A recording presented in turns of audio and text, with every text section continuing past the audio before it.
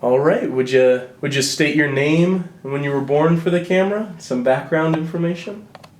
So, my name is Albert Kelvin. I was born August 24th, 1917. So that makes me 93 years of age. I had 3 sisters and 2 brothers.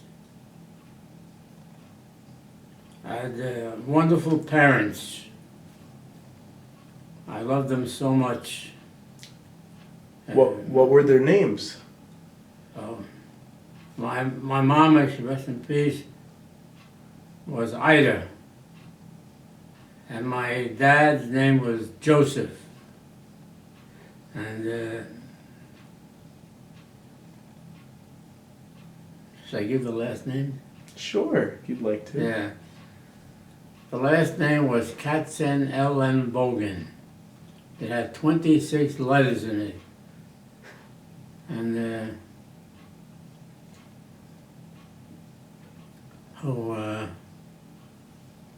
I was drafted into the service in 1942. And when I got my draft notice, I was working in a clothing store as a credit manager. In those days, the suit cost $22.50, and the men used to pay it out for 10 weeks. On credit? On credit. That's how tough times were.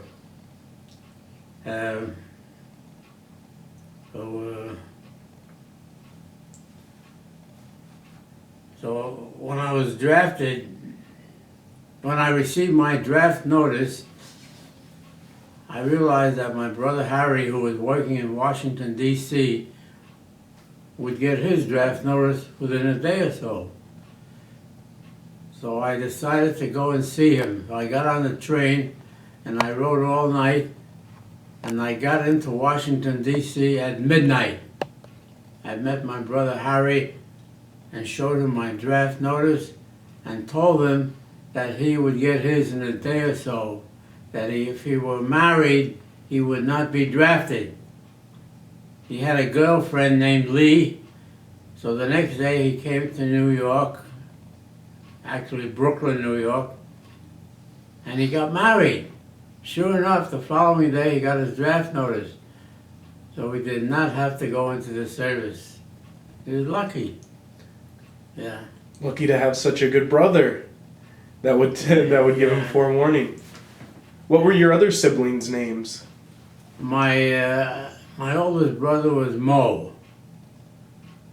My sisters were, may they all rest in peace, Sophie, Faye, and Sarah. And we were a very happy family together.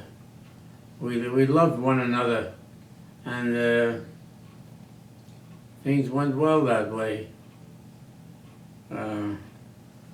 Would you tell me about when you were born? And Yeah, I was born on 129 Monroe Street. That was the Lower East Side. And I was born on August 24th, 1917. In those days, you didn't go to the hospital to give birth, you didn't call a doctor. They had women who they would come to the house and they knew what to do, how to deliver the baby. So that's how I was born. I had a very happy childhood. I used to make, when I was about 6, 7 years old, I used to make a bonfire in the street by the curb and cook potatoes, make baked potatoes. They were so delicious. And that's how I lived. Of course, another thing is 2 blocks away was a street called Market Street. And the teenagers there would come every 2 weeks or so and fight with the teenagers on Monroe Street. They used to have such battles. They they were bloodied up, and many of them had to go to the hospital, which was very close by. We had a hospital, and that's the way things were when I was growing up. But I tried to stay out of trouble. I didn't get into the fights. I was only about 7, 8 years old when the fights were happening. And when I was 10 years of age, my family moved to Brooklyn, from Manhattan to Brooklyn, in a very nice apartment, a modern apartment. It had 5 rooms, and where my sister Sarah and her husband and her baby Jerry, they moved in with us, so we all lived together. In those days, there were no refrigerators, and there were no, what else? What was the main thing? No refrigerators, and we had what was known as steam heat. There was a radiator in each room, and from the basement the heat came up into pipes and made the radiators hot, so the house got warm. That's how we lived. What else can I tell you? Yeah. Would you tell me about the first apartment that you lived in before in Brooklyn? Oh, Manhattan? Mm-hmm. In Manhattan, the apartment we had an ice box, and we used to get ice delivered. The iceman would bring up a cake of ice, about 1.5 feet square, and put it in the ice box for 10 cents. We used to get a quart of milk delivered every day at the door. The quart of milk was 10 cents. Money went a long way in those days. A loaf of bread cost 15 cents. Today it costs over $3.50. That's how times have changed. And unfortunately, one day, my mom, may she rest in peace, had a pain in her stomach. So she went to the doctor, and he diagnosed it as a gallbladder pain, that she would have to get an operation. As soon as they put her on the operating table, made the first cut, she died. In those days, the doctors were unskilled. They didn't know what they were doing. So, I miss her so much. She used to do the shopping, the cleaning, the cooking. She was such a strong person. She should have lived another 50 years at least. But that's life. What can you do? Where would she do the shopping? Oh, there was a street called Havermeyer Street where she went and did her shopping. And she used to come back with about 3-4 baskets full of food. And the marks on her wrist were 1 inch deep from the weight of the food she was carrying. You know, when the straps from the where the food was packed into dug into her wrist, and it was 1 inch deep, the mark. And she carried it. Havermeyer Street was about 5 blocks away from the house. So that's what she did every day. Went to Havermeyer Street to shop. So when that happened, we couldn't live together anymore. So my sister Sarah moved into an apartment house on South 2nd Street, and my sisters and father and I moved into an opposite house on South 2nd Street, and that's where we lived. We lived there for a couple of years. My parents were born in Russia. And my father, may he rest in peace, decided to build a house for his parents. Well, before that, when you were 18, you got drafted into the Russian army. And since he was an Orthodox Jew, he didn't want to get drafted. You know, eat non-kosher food. So he decided to go into the forest, and he lived there for a couple of weeks. Didn't eat anything, just drank water. So after a couple of weeks, he came back home, and he got the notice to report for duty in the Russian army. So he reported for duty. They examined him. He was about 6 feet tall, and his stomach was so narrow, they sent him right home. He had lost all his weight. He was very strong man. He didn't get drafted. He went home, which is what he wanted. And he decided to build a house for his parents. So he chopped down trees, he sawed the wood, and in 3 years, the house was completed. Then one day, his mother called him in to the kitchen and said, we're going to give the house to your sister, who just got married. When we're gone, she'll get the house. Well, my father, may rest in peace, was very disappointed. He built the house. It took him almost 3 years. So he decided he was going to go to America, the United States.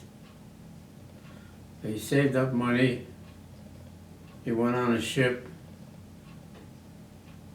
He lived down in the cargo hold. That's the cheapest way to travel, down in the cargo hold with hundreds of other people. And he got to America. He met some men who lived in a basement. So he joined them. That way he could save money. Living in a basement cost almost nothing.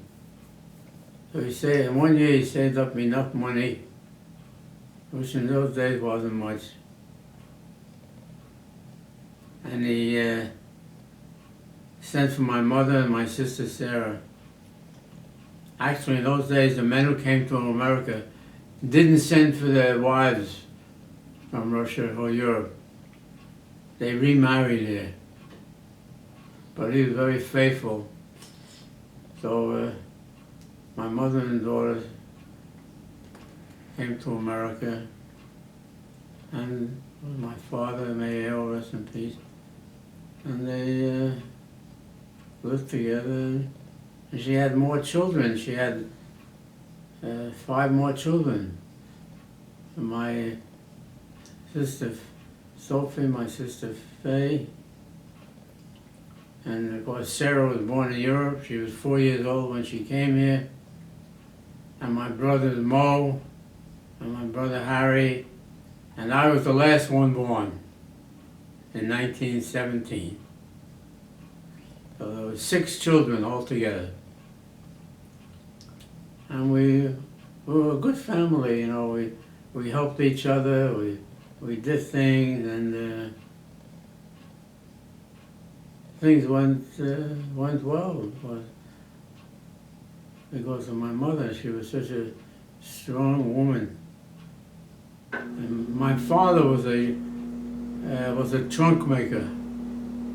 In my time, when you were 16 years of age, you dropped out of elementary school and you went to a vocational school to learn a trade. I had 5 friends. They all went vocational school. Some were becoming carpenters, electricians, auto mechanics. And I turned 16 and I went to vocational school, and I was going to study electrical engineering. The second day I was in the class, the instructor called me over and said, Al, I want to talk to you. He said to me, Al, you do not belong here. So I said, what should I do? He said, read this little booklet and it'll tell you what to do. So he gave me the booklet, I read it, and it said where I could go and get a scholarship to go to high school. So I went there with my sister Sarah, may she rest in peace, and they granted me a $3 a week scholarship. The $3 was like $30 would be now. Lunch cost a quarter. The subway was only a nickel. At the end of the week, I still had $1 left from the $3. So I graduated from high school in 3 years instead of 4 years because of the courses I took. I skipped some, I got promoted, and it worked out very well. Then, I was working, I got a job in a clothing store as an errand boy, and then they made me the credit manager in the store. So while I was working in Stern's clothing store, I received my draft notice. So when I received my draft notice, I realized that my brother Harry would receive his very soon. So I got on the train, I rode all night, I got there at midnight, I met my brother Harry and told him that if he should get married so he would not be drafted because they did not draft married men. So he did what I told him. He came to Brooklyn the next day and he married his girlfriend Lee, had a nice little wedding, and sure enough, the next day he got the draft notice, so he did not have to report for duty because he was married. So he was very lucky that way. Would you talk about your time in the service a little bit? Yeah. I was drafted in 1942. I was 25 years of age. And when I reported for duty, there was a Master Sergeant Bruck. And he said, Al, you are like gold to us because you can type. So I got a job in the office, and of course I was typing up Army reports. All day long I would type reports. I was a speed typist. I used to type a lot of reports. And it all worked out very well. In 1 month, I made sergeant, got 3 stripes. In another month, I made staff sergeant, which was 4 stripes. And but even though I worked in an office, every 3 months we had a report for maneuvers. And in maneuvers they used live ammunition. And they also used gas. So one day when I was on maneuvers, we had a gas attack. I lost my sight, I lost my hearing. And fortunately they had a surgeon in my squadron. He operated right away. He restored my sight, and then he restored my hearing in my left ear, which I still have. But the Army captain said, Al, we're going to discharge you because you cannot hear on your right ear. I was so happy to hear that. I was going to go home after 3 years in the service. So they granted me a pension for being a disabled war veteran. And to this day, I still have the pension. which I'm very, very thankful for. So those were my Army days. And I decided to use the GI Bill, which paid for college and in addition gave $100 a month support, which was a terrific deal.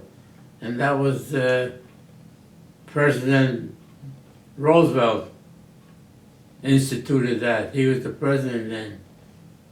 He was a great president. And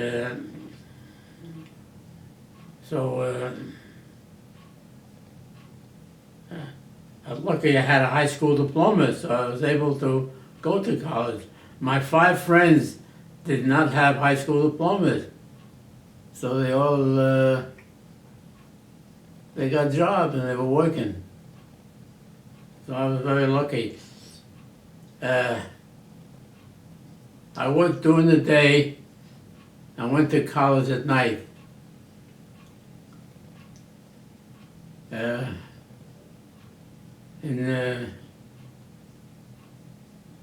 Again, in less than 4 years, I got my bachelor's degree. What did you get your degree in? Merchandising. I went out and tried to get a job merchandising. I went everywhere. I went to big department stores. I went to big manufacturing companies. I couldn't get a job. The one day I was back at the college, and I looked at the bulletin board. There was a little ad, a 2-inch ad. It said, "Teachers wanted." And it said the telephone number to call. So I immediately called the telephone number. They told me I have to go to Newport, New York, to get my teaching certificate. That's where they had the university. So I did that immediately. I went. In 1 month, I got my teacher's certificate. I came back to New York. I got a job as a teacher, which I was very grateful for. And I was a 6th grade teacher. I enjoyed it very much. And even though I had my bachelor's degree, I decided to go for my master's degree in education, which I did. I went to Columbia University, and again, I got my master's degree, and I didn't stop going to college. I kept on. I was working, and I went to college at night. I accumulated 60 credits above a master's. You only need 30 credits above a master's to get a doctorate. And I had 60 credits above a master's. And I kept on going to graduate school, taking the courses. Because every time I completed a course, they would raise my pay. And so I was getting the maximum pay as a teacher. And one day I got called into the principal's office, and he said to me, "Al, you're going to have to retire because we're paying you a salary that we can have 2 teachers for you, the salary we're paying you." So he said, "We're going to give you a $10,000 bonus," which was a fortune of money then. So I got the bonus, and I got retired. I've been retired ever since. So it all worked out well.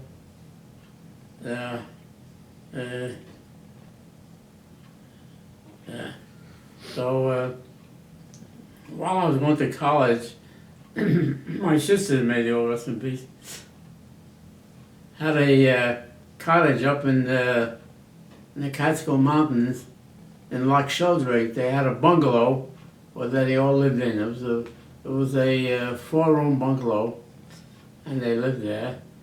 And when I came back from college, I used to go and visit them and stay with them for a week or 2. You know, they made room for me. And I used to go to a hotel a very famous hotel. I used to go there. They had dancing, a lot of girls. So one day I was coming back from the hotel, and it started to rain. So there was a hotel nearby. I went into the hotel to get out of the rain. And I looked across the room, and there was a pretty girl sitting. So I went over to her. I introduced myself, and she told me her name, Loretta. And I said, would you like to dance? They had the orchestra playing. She said, all right. So we went and danced. Then I took her to my sister's bungalow when it stopped raining, introduced her to my sisters. And later they all told me what a nice girl she was. So she went back to Philadelphia where she lived, and I sent her a letter that I'm going to come and visit her, which I did. I visited her in Philadelphia, and I proposed to her.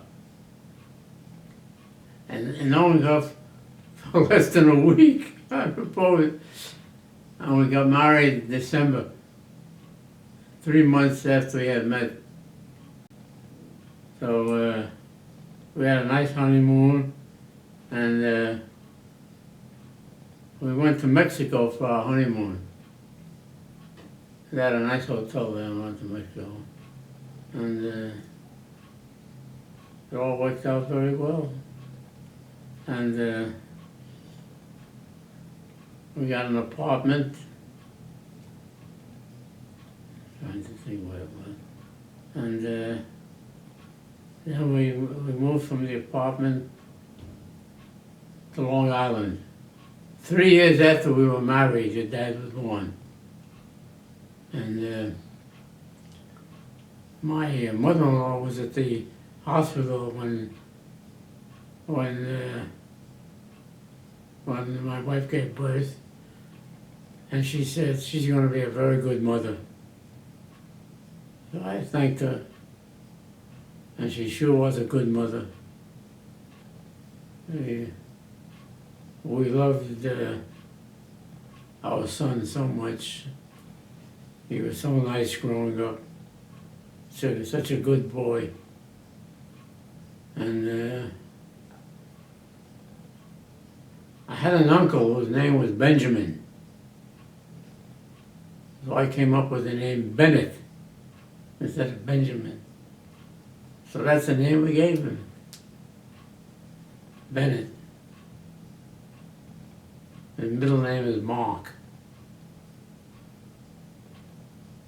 That's a nickname for Morris. So we named him Bennett Mark Kelvin. That was his name. And yeah. What kind of things would you do with my dad? Huh? What kind of things would you do with my father growing up? I took him to the Museum of Art and the Natural History. I took him to the Statue of Liberty, everywhere. I went to the park often. There was a big park called Prospect Park. I took him to the park and we played in the park. They had swings there and everything.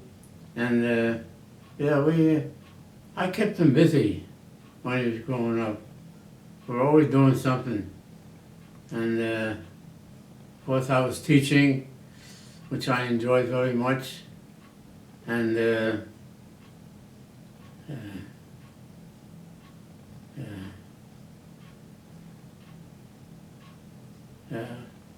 was a good life. I had a very good life.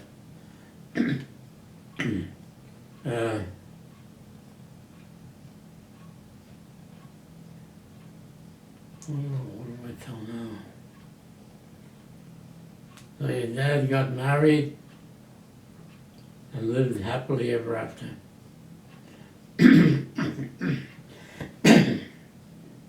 Yeah.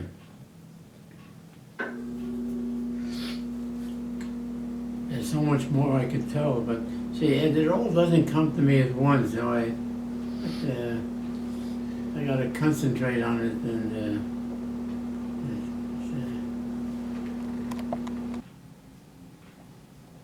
memories. So I think back.